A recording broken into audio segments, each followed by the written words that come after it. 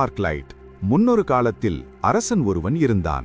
அவன் பல நற்குணங்கள் பொருந்தியவனாக இருந்தபோதிலும் கடவுள் நம்பிக்கை மட்டும் இல்லை.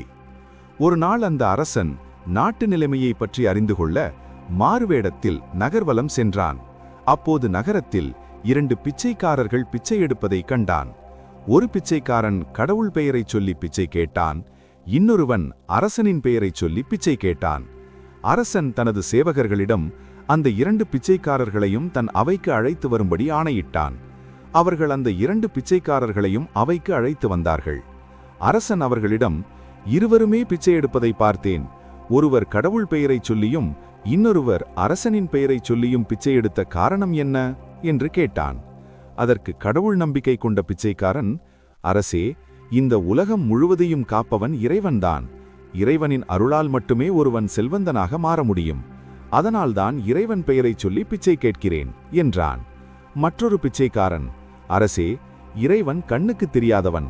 ஆனால் கண்ணுக்கு தெரிந்த விஷயம் அரசன் மட்டுமே. அரசனால் மட்டுமே ஒருவன் செல்வம் பெற முடியும். அதனால்தான் அரசன் பெயரைச் சொல்லி பிச்சை கேட்கிறேன் என்றான். அரசன் இருவரையும் அனுப்பிவிட்டு தன் அமைச்சரிடம் இது பற்றி ஆலோசித்தான். அமைச்சர் அரசனிடம், அரசே, முதல் பிச்சைக்காரன் சொன்னதுதான் சரி. இறைவன் அருள் இருந்தால்தான் அந்த உதவியை பெற முடியும் என்றார். அரசனும் இறைவன் அருளா அல்லது அரசனின் அருளா என்று சோதித்து பார்க்க தீர்மானித்தான்.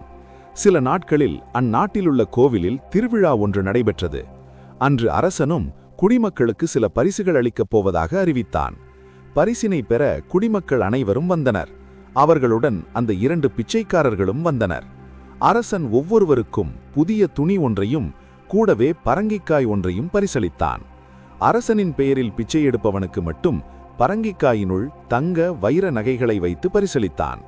கடவுள் பெயரைச் சொல்லி பிச்சை எடுத்தவனுக்கு எல்லோரையும் போலவே துணியும் பரங்கிக்காய் மட்டும் பரிசளித்தான். சில நாட்கள் கழிந்தன.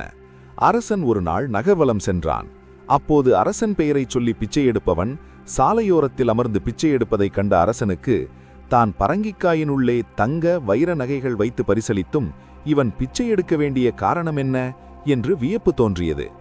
உடனே அரசன் அந்த பிச்சைக்காரனிடம், நான் அன்று உனக்கு பரிசுகள் அளித்தேனே, அதற்கு பிறகும் நீ பிச்சை எடுக்க வேண்டிய அவசியம் என்ன என்று கேட்டான். அந்த பிச்சைக்காரனும், அரசே, நீங்கள் அன்று ஒரு பரங்கிக்காய் பரிசளித்தீர்கள். அதை நான் 5 வெள்ளிக்காசுகளுக்கு ஒருவனுக்கு விற்றுவிட்டேன். அந்த 5 வெள்ளிக்காசுகளை வைத்து எத்தனை நாட்கள் நான் உண்ண முடியும்? அதனால் மீண்டும் பிச்சை எடுக்க வந்துவிட்டேன் என்றான். அதை கேட்ட அரசன் கோபமுற்று, அடே மூடனே, நான் உனக்கு பரிசளித்த பரங்கிக்காயினுள் தங்க வைர நகைகள் வைத்திருந்தேனே, நீ அதனை வெட்டிப்பார்